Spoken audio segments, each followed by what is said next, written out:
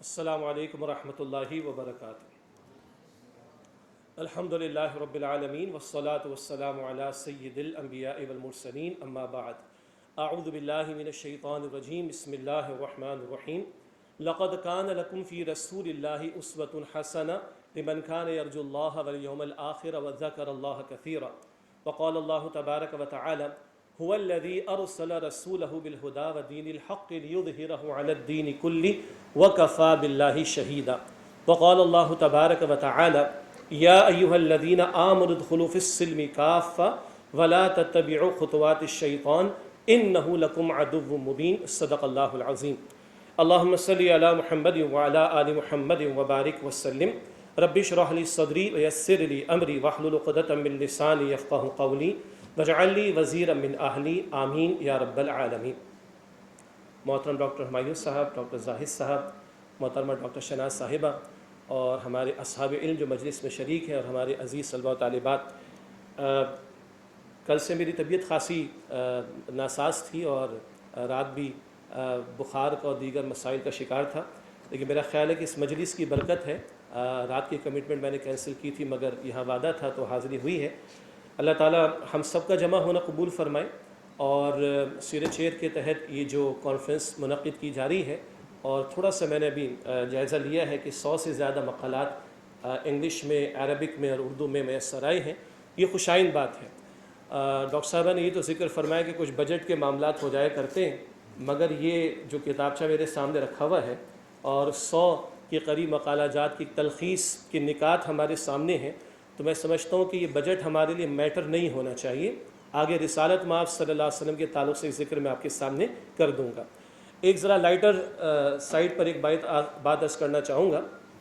آج سے کوئی 15-20 سال پہلے ایک چھوٹا سا کتابچہ ہاتھ لگا تو ایک محترم حضرت کا نام اس میں کہیں لکھا ہوا تھا، لیکن 4 سطروں میں ان کے القابات لکھے ہوئے تھے، تو تعریف کے پل تھے وہ جو باندھے گئے تھے۔ تو ایک بڑے مفتی صاحب اللہ تعالیٰ ان کی مغفرت فرمائے شہید کر دیے گئے تھے۔ میں نے کہا حضرت یہ مجھے سمجھ نہیں آ رہا، یہ چھوٹا سا کتابچہ ہے اور 4 لائنوں میں محترم کے القابات لکھے ہوئے ہیں، شاید کہیں نام بھی ہے۔ تو انہوں نے بڑی پیاری بات بیان فرمائی کہ بیٹا بات یہ ہے کہ پہلے اعمال بہت تھے نا، تو نام چھوٹے چھوٹے تھے۔ حضرت ابوبکر صدیق رضی اللہ تعالیٰ عنہ، نہ شیخ العرب کہتے، نہ شیخ العجم کہتے، نہ شیخ التفسیر کہتے، نہ شیخ القرآن کہتے، نہ شیخ الفقہ کہتے، کچھ بھی نہیں کہتے۔ تو بیٹا پہلے اعمال بہت تھے تو نام چھوٹے تھے، اب مسئلہ ہو گیا کہ اعمال تو کم پڑ گئے، تو اب ناموں کا معاملہ اور تعریفوں کے پل باندھنے کا معاملہ اللہ تعالیٰ حفاظت فرمائے۔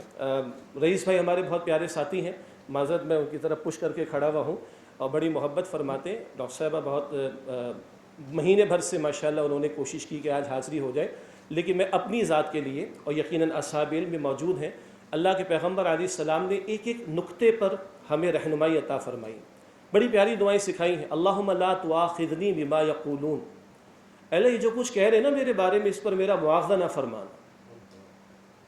واغفر لی بما لا یعلمون، اور اللہ جو یہ میرے بارے میں نہیں جانتے اس پر میری مغفرت فرما دے، تو نے تو پردہ ڈالا میں ان کو معلوم نہیں۔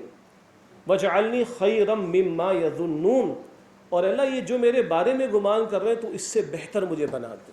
اور میں سمجھتا ہوں کہ اصحاب علم ہوں، معلم ہوں، معلمات ہوں، معلمین ہوں، اساتذہ ہوں، جہاں کہیں بھی تھوڑا سا ایک ایکسپوجر مل جاتا ہے تو ظاہری بات ہے وہاں فتنے کے امکانات بھی بڑھ جاتے ہیں، اس تناظر میں بہت زیادہ توجہ کی ضرورت ہے۔ یہ دعائیں بہت قیمتی ہیں جو اللہ سبحانہ وتعالیٰ کے رسول مکرم صلی اللہ علیہ وآلہ وسلم نے ہمیں سکھائی ہیں۔ ہمارے محترم مشفق حاج حنیف طیب صاحب تشریف لا چکے ہیں اور جوائن کر رہے ہیں ہمیں، تھوڑا سا توقف کر لیتے ہیں انشاءاللہ۔ آپ میرے بڑے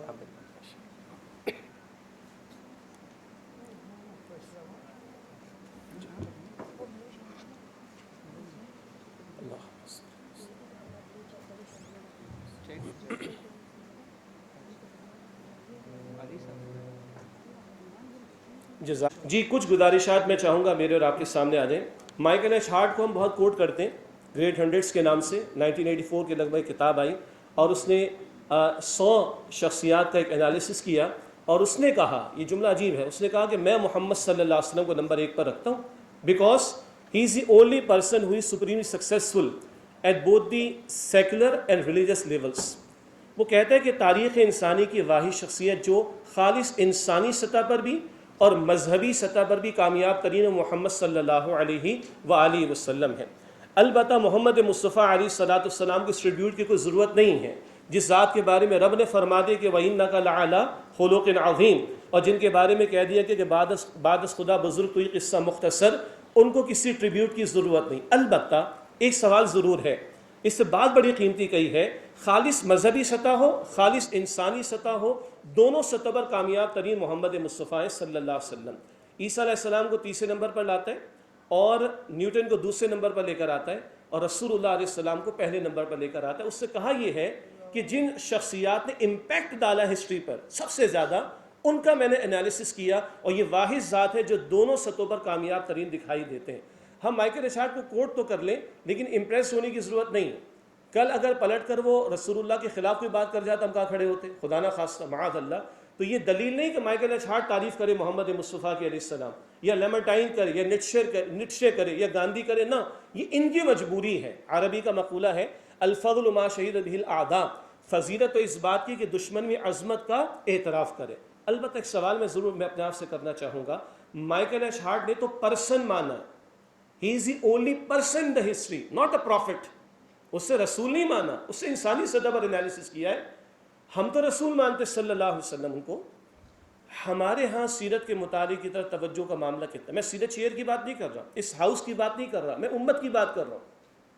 یہ غیر مسلم ہو کر رسول اللہ کی سیرت کا مطالعہ کریں صلی اللہ علیہ وسلم، اور کوٹ وہ دیں کہ ہم مجبور ہو کر اس کو کوٹ کرنے پر مجبور ہو جائیں، تو یہ ہمارے لیے ایک بہت بڑا سوالیہ نشان ہے کہ ہم اللہ کے پیغمبر کی سیرت کا مطالعہ کتنا کرنے کی کوشش کر رہے ہیں۔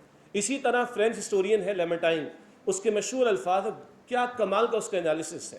وہ کہتا ہے if scarcity of resources and greatness of objectives and amazing results are the three basic criteria to judge a personality، اگر وسائل کی کمی اور مقاصد کا عظیم ترین ہونا اور نتائج کا حیرت انگیز ہونا، اگر یہ تین معیارات ہو کسی شخصیت کی زندگی کو پرکھنے کے اعتبار سے، تو بتاؤ کون ہے جو تاریخ میں محمد رسول اللہ کے قریب بھی نظر آئے گا صلی اللہ علیہ وسلم؟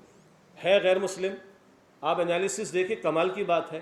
23 برس کی مختصر زندگی، نبوی زندگی، تنہا محمد مصطفیٰ علیہ السلام کھڑے ہوئے، اور وہ قوم کے جس کی برائیوں کا تصور ہمارے سامنے ہے، اور اکیلے کھڑے ہوئے ہیں، اور 23 برس کی مختصر زندگی میں وہ عظیم ترین انقلاب برپا کیا ہے کہ یہ بتا دیا جائے کہ وہاں کیا کچھ تبدیل نہ ہوا۔ یہ بھی عظمت مصطفیٰ کا ایک بہت بڑا پہلو ہے۔ دنیا جن انقلابات، ریولوشنز کو جانتی ہے، مانتی ہے، فرینچ ریولوشن ہے، سیاسی سطح پر تھوڑی سی تبدیلی آ گئی، بادشاہت چلی گئی، ڈیموکریسی سوکارڈ آ گئی، لیکن وہاں معیشت تبدیل نہ ہوئی، معاشرت تبدیل نہ ہوئی، افراد کے کردار اور عقائد تبدیل نہ ہوئے۔ اسی طرح اگر رشین ریولوشن کی ہم بات کرتے ہیں تو معیشت کے میدان میں کیپٹلزم کی جگہ سوشلزم آ گیا، معیشت کے میدان میں بہت بڑی تبدیلی آ گئی، مگر وہاں معاشرت میں، سیاست میں، کردار میں، عقائد میں، اعمال میں، گھریلو زندگی میں کوئی تبدیلی نہیں آئی۔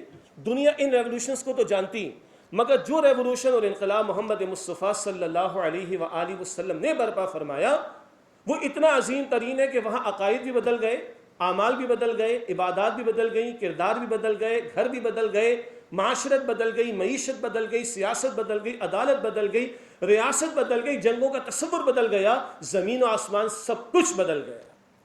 اب اس میں سبحان اللہ ضرور کہیں جی، اور درود شریف بھی پڑھے، اللہم صلی وسلم علی نبینا محمد۔ البتہ ایک بہت بڑا سوالی نشان اگین یہ ہے، آج امت سیرت کا اتنا مطالعہ کر رہی ہے کہ نتائج تک پہنچ سکے؟ اس حوالے سے کرنے کا بہت بڑا کام ہمارے سامنے، اللہ ہمیں توفیق عطا فرمائے۔ عصری مسائل میں بہت سارے پہلوؤں پر کلام ہو سکتا ہے، اور ماشاءاللہ 100 کے قریب جو مقالہ جات آئے ہیں، میں نے ان کی جو بھی ہیڈنگس ان کو ابھی میں دیکھ سکا ہوں مختصر وقت میں، بہت تنوع ہے مضامین میں جن کا انتخاب کیا گیا، اور یہ بہت قیمتی کام ہے اور کرنے والا کام ہے۔ اللہ تعالیٰ جن ہمارے بھائیوں اور بہنوں نے اس میں حصہ لیا ہے، پارٹیسپیٹ کیا ہے، اور یقیناً آگے یہ اویلیبل بھی ہوں گے، اللہ تعالیٰ ان کو جزائے خیر عطا فرمائے۔ البتہ 2-3 پہلو پر میں چاہوں گا کہ توجہ کا معاملہ رہے۔ سی آئی کی ایک رپورٹ پبلش ہوئی آج سے 6-7 سال پہلے، CIA، اور اس رپورٹ کا حاصل یہ تھا کہ دنیا کی 30% آبادی ڈیولپ کنٹریز میں رہتی ہے، جو ایڈوانس کنٹریز ہیں، ترقی یافتہ ممالک ہیں، 30% آبادی وہاں رہتی، اور 70% آبادی ڈیولپنگ کنٹریز میں. جی یہ پیپر اٹھا لیجیے گا, معذرت میری توجہ نہ رہ سکے, جزاک اللہ خیر. میں رکھ دیتا ہوں. وہ ہمارے بزرگوں نے سکھایا ہے کہ یہ ادوات علم میں سے ہے. یہ جو کاغذ ہے علم کے لیے استعمال ہوتا ہے, اس کا بھی ادب ہم پر لازم ہے, خواہ وہ استعمال شدہ ہو خواہ وہ بلینک ہو, مگر کیونکہ اس کا تعلق علم سے ہے اس کا ادب بھی ہم پر لازم ہے. سو کہ ہم آج کل پین یوں اٹھا کے دے دیتے ہیں معذرت کے ساتھ, یہ بھی غلط ہے, یہ بھی ادب کے خلاف ہے. با ادب با نصیب بے ادب بے نصیب والی بات ہے. ویسے تو وہ اڑ گیا تھا, اس پر میں کچھ نہیں کہہ رہا, لیکن اگر آپ کے میرے سامنے ہو تو یہ بھی ہمارے آداب میں سے ہے, علم کے آداب میں سے, کہ ان چیزوں کا ہم خیال رکھیں. اللہ تعالی ہمیں توفیق عطا فرمائے اس تعلق سے. بہرحال تو CIA کی رپورٹ کہتی ہے کہ 70%, معاف کیجیے گا 30% آبادی ایڈوانس کنٹریز میں رہتی ہے, ترقی یافتہ ممالک میں, اور 70% آبادی رہتی ہے ہماری انڈر ڈیولپ کنٹریز میں, ترقی پذیر ممالک میں, جن میں ہم بھی شامل ہیں. اگلا تجزیہ بہت عجیب لگے گا مگر یہی ہے, 30% آبادی میں دنیا کے 70% جرائم ہو رہے ہیں. یہ تو ہمارا میڈیا ہے جو پتہ نہیں صحیح پکچر پریزنٹ نہیں کرتا, اور وہاں کا کنٹرول میڈیا ہے. ہمارا خیال ہے کہ میڈیا آزاد ہے, نہ, ہمارا خیال ہے کہ میڈیا آزاد ہے, ایسا نہیں ہے. وہ دکھانا چاہتے ہیں, وہ جو دکھانا چاہتے ہیں, جو نہیں دکھانا چاہتے وہ نہیں دکھاتے. فلسطین کے مظلوم بچوں کی ہڈیاں جو توڑی گئی ہیں, ہمارے بھائیوں کے ساتھ اور بہنوں کے ساتھ ظلم و ستم کیا جاتا ہے, نہیں دکھانا چاہتے تو آپ اور میں نہیں دیکھ سکتے اس کو, اور دن دراز فحاشی اور یعنی جو چاہیں گے وہ دکھا دیں گے مجھے اور آپ کو. بہرحال تو CIA کی رپورٹ کہتی ہے دنیا کے 70% جرائم 30% آبادی میں ہو رہے ہیں, اور 30% جرائم ترقی پذیر ممالک میں ہو رہے ہیں.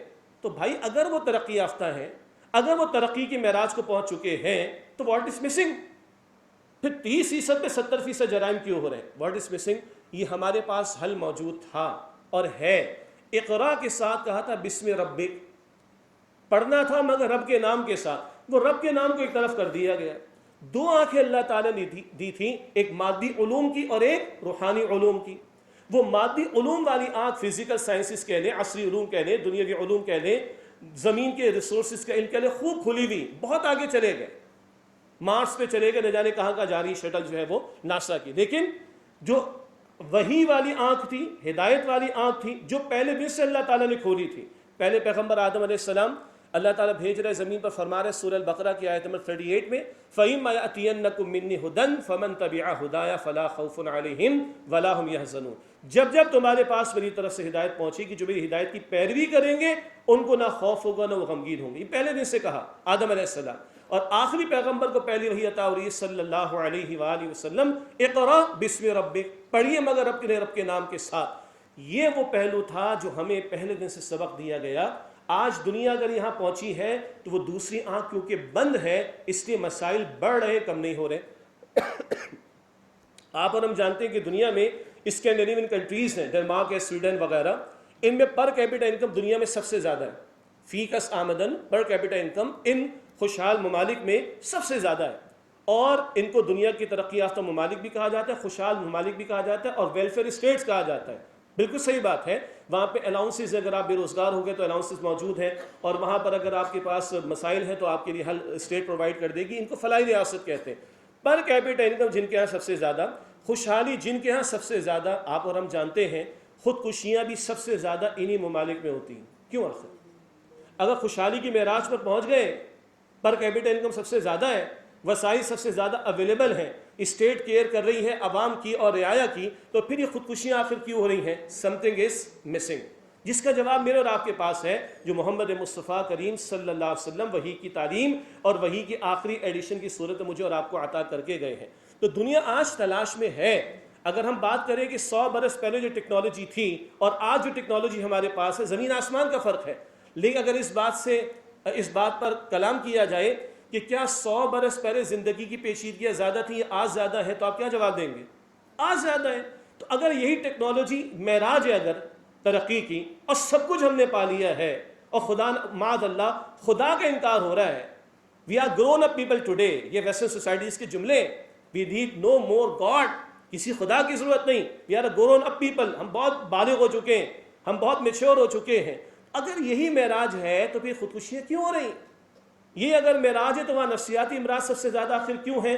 سم تھنگ از مسنگ، جس کو میں عرض کرنا چاہ رہا ہوں وہ وحی کی آنکھ ہے، اور اس آنکھ سے ان علوم کو دیکھنا، دنیا کو دیکھنا، اس کے مسائل کے حل تلاش کرنا، آج اس سے دنیا بہت دور ہے۔ البتہ ہمارے محترم مکرم مفتی منیب الرحمان صاحب نے بڑی خوبصورت بات فرمائی، اور میں چاہتا ہوں یہاں پہ بھی عرض کروں میں آپ کے سامنے۔ وہ کہتے ہیں کہ فرماتے ہیں کہ ہم مغرب کی برائیوں کا ذکر کرتے ہیں اور ہم ان کے پریکٹیکل کو بیان کرتے ہیں اور اپنی تھیوری سے کمپیئر کرتے ہیں۔ مغرب میں زنا ہے، مغرب میں شراب ہے، مغرب میں جوا ہے، مغرب میں فیملی سسٹم برباد ہے، مغرب میں قتل و غارت بڑھ گئی ہے، مغرب میں سوسائڈ بڑھ گیا ہے، خودکشیاں بڑھ گئی۔ یہ ان کا پریکٹیکل ہے، اور ہم اپنی تھیوری، قرآن پاک یہ بتاتا ہے، قرآن حدیث مبارک یہ بتاتی ہے، سیرت النبی میں یہ تعلیم دی گئی صلی اللہ علیہ وسلم، ہم ان کے پریکٹیکل کو کس سے کمپیئر کر رہے ہیں؟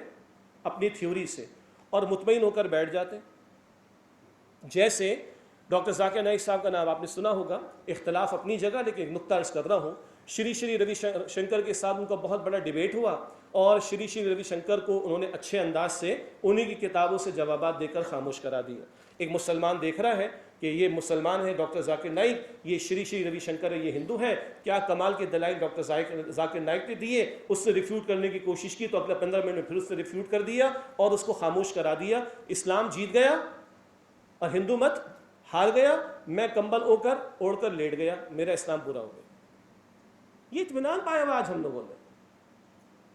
تو ہم ان کی پریکٹیکل کو اپنی تھیوری سے کمپیئر کر کر مطمئن ہو جاتے ہیں۔ ذرا ان کے پریکٹیکل کو ہم اپنے پریکٹیکل سے تو کمپیئر کریں۔ کیا آج آپ کے میرے اس معاشرے اور ملک میں سود کا دھندا نہیں چل رہا؟ اللہ اور اس کے رسول سے حالت جنگ میں ہے کہ نہیں ہم لوگ؟ کیا آج آپ کے اس میرے معاشرے کے اندر LGBT کے لیے راہیں کھولی جا رہی ہیں کہ نہیں؟ کیا آج آپ کے میرے اس معاشرے میں شراب آسانی سے دستیاب ہو جاتی ہے کہ نہیں؟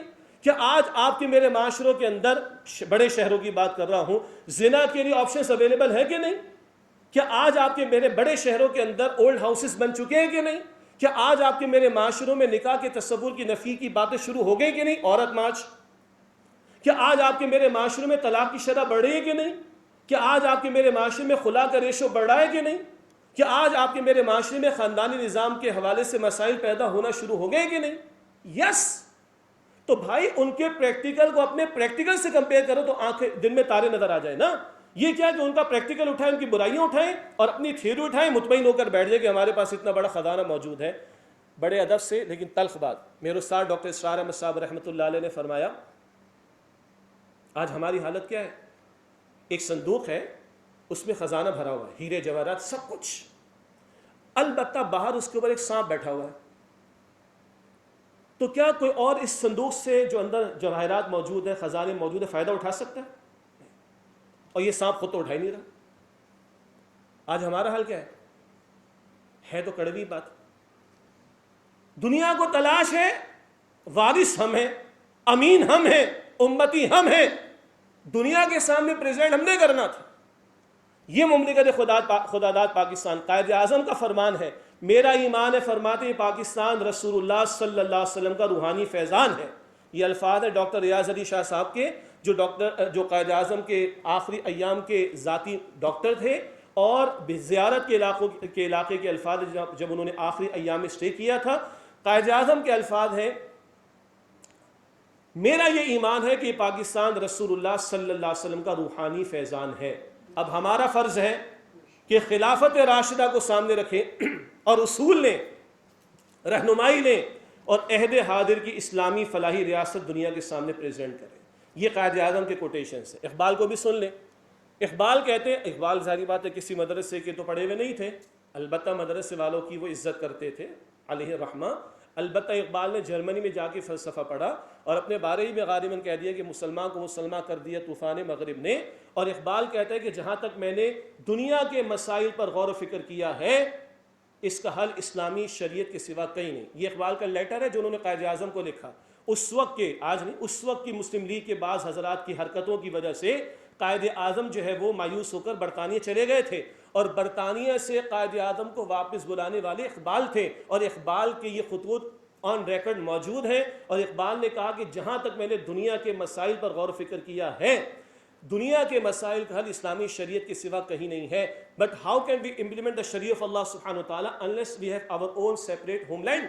جب تک ہمارا اپنا خطہ نہ ہو ہم کیسے شریعت کو نافذ کر کے دنیا کے سامنے پریزنٹ کریں گے؟ اور اگر اقبال نے شکوے بھی کہے اور جواب شکوے بھی کہے تو اقبال نے آخری باتیں ہمارے سامنے یہی کہی ہیں کہ محمد سے وفا تو نے تو ہم تیرے ہیں, کہ محمد سے وفا تو نے تو ہم تیرے ہیں, یہ جہاں چیز ہے کیا لوح و قلم تیرے ہیں صلی اللہ علیہ وآلہ وسلم. اب اگلی بات جو میں عرض کرنا چاہوں گا وہ یہ ہے کہ اللہ کے پیغمبر علیہ السلام کی سیرت کا بیان یہ اعزاز کی بات تو ہے, یہ ہمارے ذمہ فرض بھی ہے. ختم نبوت کے بعد وحی کا علم دنیا کے سامنے پریزنٹ کرنا صرف ایکیڈیمک انداز میں نہیں, پریکٹیکلی بھی یہ ہمارا فرض ہے. یہ کوئی نفلی کام نہیں ہے, یہ کوئی ایڈیشنل نیکی نہیں, یہ کوئی آپشنل قسم کا کام نہیں. امام قرطبی فرماتے رحمۃ اللہ علیہ, امتی وہی شخص امتی کہلانے کا مستحق ہے جو امت والے کام میں اپنا پارٹ پلے کر رہا, امت والے کام کو انجام دینے کی کوشش کر رہا. تو الحمدللہ دلائل کے میدان کی بات کریں, ایکیڈیمکلی اگر ہم بات کرنے کی کوشش کریں تو دنیا کے سامنے اللہ کے رسول مکرم صلی اللہ علیہ وسلم کی سیرت کے خوبصورت نقوش موجود ہیں. اور ایک بہت بڑا ذریعہ اللہ تعالیٰ نے اس دور میں یہ بنایا, ہم تو بہرحال بورن مسلمز ہیں, شاید ہمیں اپنے اسلام, اور ابھی ڈاکٹر ہمایوں صاحب کلمے کی بات فرما رہے تھے, شاید اس کلمے کی عظمت کا, اس کے امپیکٹ کا ہمیں شاید اندازہ نہیں ہے, کیونکہ مال مفت دل بے رحم والی بات ہے. مگر وہ ہمارے مسلمان بھائیوں بہنیں جن کو ہم لوگ عام طور پر کنورٹڈ مسلمز کہہ دیتے ہیں, صحیح رس کنورٹڈ نہیں, ریورٹڈ ہے. کنورٹ تو بدل جانے کا نام, ریورٹ واپس آ جانے کا نام ہے. حدیث مبارک بخاری شریف میں ہر بچہ فطرت پر اسلام پر پیدا ہوتا ہے, تو وہ کنورٹ نہیں ہو رہا, وہ ریورٹ ہو رہا ہے. اور یہاں میں دیکھ رہا ہوں اکثر تعداد جو ہے وہ خواتین کی ہے, طالبات کی ہے. اور الحمدللہ آپ دیکھیے کہ اگر 100 بندہ آج اسلام قبول کر رہے ہیں ان میں 67% خواتین ہیں. یعنی اسلام کی فطرت میں قدرت نے یہ لچک دی ہے, اسلام کی فطرت میں قدرت نے یہ لچک دی ہے, اتنا یہ ابھرے گا جتنا کہ دباؤ گے. کس قدر بمبارڈمنٹ ہے اسلام فوبیا کے نام پر, کس قدر مسلمانوں کے خلاف, اسلام کے خلاف باتیں, مگر عجیب, اور کس قدر یعنی عورت کو یہ لوگ قید کر کے رکھتے ہیں, عورت کو دبا کر رکھتے ہیں, عورت کو انہوں نے مار دیا, یہ کر دیا, وہ کر دیا. اس کے باوجود وہ جو ہر 100 میں سے ہر دن کئی تعداد ہوگی, میں ایوریج آؤٹ کر کے نہیں, ایک جسٹ ایگزامپل آپ کو دے رہا ہوں, اگر 100 بندہ اسلام قبول کر رہا ہے تو 67% ان میں خواتین ہیں. یہ کون خواتین ہیں؟ ان کو کسی نے گن پوائنٹ پر قبول کر رہا ہے اسلام؟ نہیں, انہوں نے قرآن پڑھا ہے خود سے جا کر, انہوں نے سیرت پڑھی ہے محمد مصطفیٰ علیہ السلام کی, انہوں نے فیس ویلیو پر اسلام کو پڑھا, سمجھا اور پھر اسلام کو قبول کیا. ایک اس گوشے سے اسلام کی صحیح معنی میں سمجھتا ہوں کہ ایک آواز بلند ہو رہی ہے. البتہ میں عرض کرنا چاہ رہا ہوں کہ یہ سارا ایکیڈیمک معاملہ ہے. ایکیڈیمکلی ہم سود کی خباثتوں کو بیان کر دیں, بے حیائی کی برائی کو بیان کر دیں, ہم نکاح کے برس زنا کے راز سے کھل جائیں, اس کی برائی کو بیان کر دیں, یہ ایک ایکیڈیمک ایکسرسائز ہے. میں ٹیسٹ کیس کے طور پر آپ کے سامنے رکھوں, حضرات اہل علم مجلس میں موجود ہیں, کیا 50 برس سے اس پاکستان میں سود کے خاتمے کے لیے جو ایکیڈیمک ورک کی ضرورت ہی نہیں ہو رہا؟ 1967 سے محنتیں ہو رہی, 73 کے قانون سے پہلے سے. تبھی 73 کے آئین میں لکھا ہم نے آرٹیکل 38F کے اندر کہ حکومت جلد از جلد سود کے خاتمے کی کوشش کرے. 91 کا ورڈکٹ آیا تھا جسٹس سنزیر الرحمان صاحب کا 157 پیجز کا. 1999 کا سپریم کورٹ کے شریعت اپیلنٹ بینچ کا فیصلہ آیا تھا 1250 پیجز کا. اور ابھی اس سال ماہ رمضان کی 26 تاریخ کو 319 صفحات کا ورڈکٹ آیا. مجھے بتائیے ایکیڈیمک ایکسرسائز میں کوئی مسئلہ ہے؟ وہ تو ہو چکی, اب رہتا کیا ہے؟ یاد رکھیے گا, محمد رسول اللہ علیہ السلام نے صرف ایکیڈیمک ایکٹیویٹی نہیں کی, صرف علمی باتیں پیش نہیں کی, صرف ڈیبیٹ اور ڈسکشن نہیں, سب کیا ہے, no doubt about that. Dialogue بھی کیا ہے, 1 to 1 دعوت بھی دی ہے, تبلیغ بھی کی ہے, مجمع سے بھی خطاب کیا ہے, عکاس کے میلوں میں جا کر خطاب کیا, مجنہ کے میلوں میں جا کر خطاب کیا, گھاٹیوں میں لوگ آیا کرتے تھے حج کے موقع پر, حضور نے خطاب کیا صلی اللہ علیہ وسلم. 13 برس علمی ایکٹیویٹی ہے, تربیت کی ایکٹیویٹی ہے, تزکیے کی ایکٹیویٹی ہے, ایمان کی آبیاری کا معاملہ ہے, مگر رسول اللہ علیہ السلام نے صرف ایکیڈیمک ایکٹیویٹی تو نہیں کی. مدینہ شریف کے 10 برس تو پھر فزیکل ایکٹیویٹی ہے سامنے, اور اس کی روایت کریمہ میں نے آپ کے سامنے رکھی تھی, جو اگر سامنے رہے تو بہت سارے اجزاء میں جو ہم گفتگو کر رہے ہوتے ہیں ان کی پرفیکشن، ان کی آپس کی جو انٹیگریشن ہے وہ سمجھ میں آتی، ورنہ غیر مسلم تو پریشان ہو جاتا ہے. معاذ اللہ بعض غیر مسلم مصنفین نے لکھ دیا محمد ایٹ مکہ صلی اللہ علیہ وسلم، محمد ایٹ مدینہ صلی اللہ علیہ وسلم، اور اس سے آگے بڑھ کر معاذ اللہ لکھ دیا ہی فیلڈ ایز اے پروفٹ، معاذ اللہ معاذ اللہ معاذ اللہ معاذ اللہ، اور ہی سکسیڈڈ ایز اے اسٹیٹسمین. مکے کے 13 برس سے 100 افراد ایمان لائے اور مدینے میں آ کر جناب ان کو حکمرانی مل گئی. یہ وہ لوگ ہیں بیچارے جن کے سامنے objective of the prophethood اور پروفٹ محمد صلی اللہ علیہ وسلم کلیئر نہیں. اور مجھے اجازت دیجیے کہ شاید آج ہمیں بھی کلیئر نہیں. آج ہمارے ہاں بھی سنتوں کے اعتبار سے بس داڑھی رکھ لی ہے، سر پہ ٹوپی رکھ لی ہے، مسواک کا اہتمام کر لیا ہے، خوشبو لگانے کا اہتمام کر لیا. کچھ زیادہ آگے بڑھ گئے تو انتہائی ادب سے عرض کروں میٹھے کی سنت پوری ہو جاتی ہے. ہاں کچھ سنت طائف کی گلیوں میں بھی ہے، کچھ سنت ہجرت کی راتوں میں بھی ہے، کچھ سنت بدر کے میدان میں بھی ہے، کچھ سنت 2 مہینے کے چولہے نہ جلنا. میری اور آپ کی ماں عائشہ فرماتی ہے 2 مہینے ہمارے گھر میں چولہا نہیں جلتا تھا.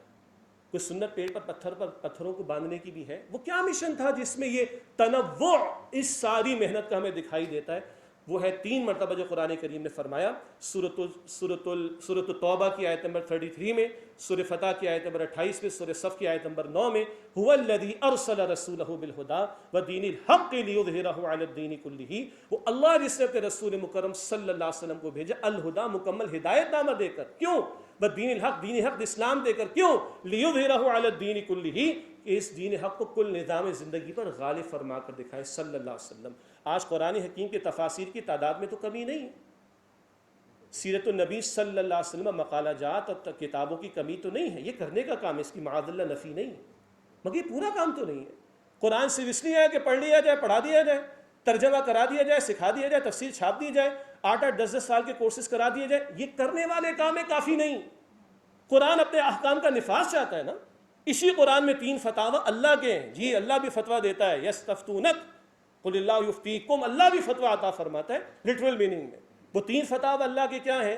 سورۃ المائدہ کی آیت نمبر 44 45 47 من لم يحكم بما انزل اللہ فاولئک هم الکافرون فاولئک هم الظالمون فاولئک هم الفاسقون. جو اللہ کے نازل کردہ کلام کے مطابق فیصلے نہیں کر رہے وہی تو عملاً کفر کر رہے. محتاط ترجمہ، وہی تو ظلم کر رہے، وہی تو فسق میں مبتلا ہے. تو اللہ کا کلام صرف پڑھنے، پڑھانے، چھاپ دینے کے لیے نہیں آیا تھا، کچھ محافل کے انعقاد کے لیے نہیں آیا تھا. یہ اپنا نفاذ چاہتا ہے، اور ان احکام کے نفاذ کے لیے یہ آیت کریمہ. امام الہند شاہ ولی اللہ رحمۃ اللہ علیہ فرماتے اگر قرآن حکیم کے خزانوں کو سمجھنا ہے تو یہ آیت کریمہ چابی ہے اس کی. کیوں؟ قرآن اور صاحب قرآن لازم و ملزوم ہے صلی اللہ علیہ وسلم. قرآن حکیم 23 برس میں نازل ہوا تو نبی مکرم صلی اللہ علیہ وسلم کی نبوی زندگی بھی 23 برس کی ہے. اگر قرآن سمجھنا تو 23 برس کی زندگی کو سامنے رکھنا ہوگا، اور 23 برس کی زندگی کا مجموعہ سمجھنا ہے تو قرآن کو سامنے رکھنا ہوگا. اور اس قرآن کے خزانوں کی چابی شاہ ولی اللہ فرما رہے یہ آیت کریمہ. کیوں قرآن عطا ہوا؟ کیوں دین حق عطا ہوا؟ لیظہرہ علی الدین کلہ، تاکہ آپ اس دین حق کو کل نظام زندگی پر غالب فرما دیں. یہ مشن محمد مصطفیٰ صلی اللہ علیہ وسلم کا قرآن حکیم 3 مرتبہ بیان فرماتا ہے. میں آخری 4-5 منٹ آپ کے لیے رہا ہوں، انشاءاللہ پھر بعد مکمل کروں گا، کیونکہ ڈاکٹر صاحب نے فرمایا تھا کہ آپ کے پاس کھلا ٹائم ہے، لیکن نہیں، وہ مشہور ہے کہ مولوی کے ہاتھ میں مائک آ جائے تو بڑی دیر سے چھوٹتا ہے. تو ہم ایسی کوشش نہیں کرتے. ہمارے معزز مہمان اور بھی موجود ہیں الحمدللہ. صرف 4 یا 5 منٹ میں بات مکمل کرتا ہوں انشاءاللہ. یہ ہے جس پر آج ہمیں غور کرنے کی ضرورت ہے. دنیا کے سامنے اکیڈیمکلی دلائل موجود ہیں، اسی لیے میں نے عرض کر دیا کہ جو غیر مسلم قبول کر رہے ہیں وہ انہی دلائل کو سامنے رکھ کر اور نبی پاک علیہ السلام کی سیرت کی عظمت کو سامنے رکھ کر وہ قبول کر رہے ہیں اسلام. لیکن یہ اسلام صرف کتابوں تک محدود ہونے کے لیے نہیں آیا، یہ فقط کچھ کانفرنس سیمینارز کے لیے نہیں آیا. میں اس کی نگیشن نہیں کر رہا، خود ہی تو شامل ہو یہاں پر. یہ کافی نہیں، یہ ہمیں مہمیز دے، ہمیں موٹیویٹ کرے، انسپریشن ہمارے اندر پیدا کرے، پھر اللہ کرے کہ وہ تحریک ہمارے اندر پیدا ہو. اور وہ قرض آج اس امت کے کاندھوں پر ہے کہ انسانیت کے سامنے پریزنٹ کرے وحی کی تعلیم کے مطابق ایک پورا عمل، ایک وحی کی تعلیم کے مطابق پورا نظام، اور محمد مصطفیٰ صلی اللہ علیہ وآلہ وسلم بالفعل اس کو قائم کر کے گئے. ایک بڑا اہم ٹاپک جو میں سمجھتا ہوں کہ تحقیق کے لیے ہو سکتا ہے، ایک فقہ السیرہ پر تو ہم کلام کرتے ہیں کہ سیرت النبی میں صلی اللہ علیہ وسلم یہ واقعہ ہوا، یہ واقعہ ہوا، یہ واقعہ ہوا، یہ واقعہ ہوا، یہ واقعہ ہوا. ایک اس کی فقہ ہے، یہ کیوں ہوا. اگر مکے کے 13 برس سے ہاتھ اٹھانے کی اجازت نہیں تھی، قرآن کریم فرماتا ہے سورہ نساء کی آیت نمبر 77 میں کفوا ایدیکم، اپنے ہاتھوں کو باندھ کر رکھو. اور مدنی دور میں قرآن کہتے ہیں جہاں میرے گردن اڑا دو ان کی. کتنی عجیب بات ہے، اپیرنٹلی بالکل الگ الگ باتیں ہیں. تو فقہ السیرہ تو یہ ہے نا، کیوں ہاتھ باندھے رکھے گئے، کیوں ہاتھ کھول دیے گئے، کیوں کبھی کہا کہ ادفع باللتی ہی احسن، برائی کا جواب بھلائی سے دے دینا، اور کبھی کہا جا رہا وجزاء السیئۃ سیئۃ مثلھا، برائی کا بدلہ ویسی برائی ہو. آخر کیوں؟ یہ ہے فقہ السیرہ. اسی طرح فقہ السیرہ کے اعتبار سے اگر آپ مجھے اجازت دیں، شاید ٹرمنالوجی اہل علم کے ہاں شاید ایکسیپٹیبل نہ ہو، فقہ الانقلاب، محمد مصطفیٰ علیہ السلام نے جو انقلاب برپا کیا وہ کیسے برپا کیا. جہاں جیسے میں نے تھوڑی دیر پہلے ابتدا میں ذکر کیا، باطن اور ظاہر، افراد اور مجموعہ، گھر اور معاشرہ، معیشت اور معاشرت، سیاست اور عدالت اور ریاست، ہر شے تبدیل ہو گئی. وہ فقہ الانقلاب. کیا میتھڈالوجی تھی محمد مصطفیٰ صلی اللہ علیہ وآلہ وسلم کی. آج امت میں درد کی کمی نہیں ہے، یعنی امت کے درد کی بات ہو رہی ہے. آج امت میں جذبے کی کمی نہیں، مگر آج جس بات کی کمی محسوس ہوتی ہے وہ طریقہ کار، کہ جس طریقہ کار کو محمد مصطفیٰ صلی اللہ علیہ وسلم نے اختیار کر کے 23 برس کی محدود زندگی میں، 23 برس کے محدود عرصے کے اندر تاریخ انسانی کا عظیم ترین انقلاب برپا کر دیا. میں سمجھتا ہوں کہ تحقیق کا اگر اس کو موضوع بنایا جائے تو بہت قیمتی ہوگا. اس حوالے سے میرے استاد ڈاکٹر اسرار صاحب رحمۃ اللہ علیہ، ان کے ویسے تو 11 خطبات جمعہ ہیں، ایرانی ریولوشن کے بعد انہوں نے ارلی 80s میں دیے تھے، منہج انقلاب نبوی کے عنوان سے. وہ 11 خطبات جمعہ ہیں، بڑی رہنمائی ملے گی انشاءاللہ. اور ایک پھر زندگی کے آخری سالوں میں انہوں نے کیا تھا خطاب رسول انقلاب کا طریق انقلاب صلی اللہ علیہ وسلم. وہ 2.5 گھنٹے کا ایک تفسیری خطاب ہے، اور الحمدللہ عالم عرب میں بھی بعض حضرات اس پر کام کر رہے ہیں، اور دیگر ممالک میں بھی. حتیٰ کہ یہ ذکر ہوا کہ صدر مرسی شہید رحمۃ اللہ علیہ، اللہ تعالیٰ ان کے درجات کو بلند فرمائے، پاکستان سے بعض حضرات تشریف لے گئے تھے. جب ان کی وزارت کا معاملہ ہوا تھا تو معلوم ہوا کہ وہ بھی اس طرح کے موضوعات پر مطالعہ کرتے رہے ہیں. اور ڈاکٹر اسرار صاحب کا بھی کام جو عربی میں ترجمہ ہوا یا انگریزی کے ذریعے ان تک پہنچا، اس کا مطالعہ انہوں نے بھی کیا تھا. میں سمجھتا ہوں کہ آج امت کو فقہ الانقلاب کے حوالے سے اور انقلاب برپا کرنے کے حوالے سے جو رسول اللہ صلی اللہ علیہ وسلم کی میتھڈالوجی تھی اس پر توجہ کرنے کی ضرورت ہے. اور جیسے ڈاکٹر صاحب نے بھی آیت کریمہ تلاوت کی تھی، ڈاکٹر ہمایوں صاحب نے، یا ایھا الذین آمنوا ادخلوا فی السلم کافہ، سورہ البقرہ آیت نمبر 208. اے ایمان والو، اسلام میں پورے کے پورے داخل ہو جاؤ. وہ اسلام جو آج چند ایام تک محدود ہو گیا، چند اعمال تک محدود ہو گیا، نہ، وہ اسلام جو گھر میں بھی ہوگا، کاروبار میں بھی ہوگا، معیشت اور معاشرت اور ریاست اور عدالت کی سطح پر بھی ہوگا. اس اسلام کی بات ہو رہی ہے، اس کے غلبے کی جد و جہد. یہ نبی مکرم صلی اللہ علیہ وسلم کا مشن تھا، جہاں آپ کو ہمیں 13 برس صبر بھی نظر آتا ہے، استقامت دکھائی دیتی، دعوت بھی ہے، تبلیغ بھی ہے، تربیت بھی ہے، تزکیہ بھی ہے، اور لوگ جان کے دشمن ہوئے تو ہجرت بھی ہے. پھر بدر میں بھی تلوار اٹھی، 70 صحابہ کی جانوں کے نذرانے احد کے میدان میں، اور ہم آیت تلاوت تو کرتے ہیں لقد کان لکم فی رسول اللہ اسوۃ حسنہ. یہ کدھر پلیسمنٹ ہے اس آیت کی؟ یہ سورۃ الاحزاب کی آیت نمبر 21 ہے. وہ سیاق و سباق بھی تو دیکھیں. الاحزاب کے 2 رکوعوں میں، رکوع نمبر 2 اور 3 میں اللہ تعالیٰ نے غزوہ احزاب کا تبصرہ عطا فرمایا. ان 2 رکوعوں میں سچے ایمان والوں کا طرز عمل اور ایمان کے جھوٹے دعوے دار منافقین کا طرز عمل بیان ہوا. درمیان میں آیت آئی لقد کان لکم فی رسول اللہ اسوۃ حسنہ. یہ جنرلائز بھی ہے، مگر اسپیسیفکلی بھی تو دیکھیں کیوں احزاب کا موقع سجا، کیوں پیٹ پر پتھر باندھے، کیوں بھوک و مشقت کو برداشت کیا؟ اس لیے کہ غلبہ دین کی جد و جہد جاری تھی، جس کے دوران میں احزاب کا موقع سجا، جس پر تبصرہ سورۃ الاحزاب میں ہے اور جس پر یہ آیت کریمہ آ رہی ہے. اس تناظر میں ان آیات قرآنیہ کو دیکھنے کی ضرورت ہے اور سیرت النبی صلی اللہ علیہ وسلم کے مطالعے کی ضرورت ہے. میں دعا کرتا ہوں کہ اللہ تعالی ہماری آج کی مجلس کو بابرکت بنائے اور سیرت شعر کی ان کوششوں کو اللہ تعالی مزید قبول فرمائے. خوشی کی بات ہے پاکستان بھر سے اہل علم کا ایک گلدستہ یہاں پر جمع ہے. اللہ آپ سب کا آنا قبول فرمائے اور ہمیں نبی پاک صلی اللہ علیہ وسلم کی سچی محبت اور آپ کی کامل اطاعت اور آپ کی اتباع کرتے ہوئے اللہ اپنی کتاب کی خدمت اور اپنے دین کے غلبے کی جد و جہد کی توفیق عطا فرمائے.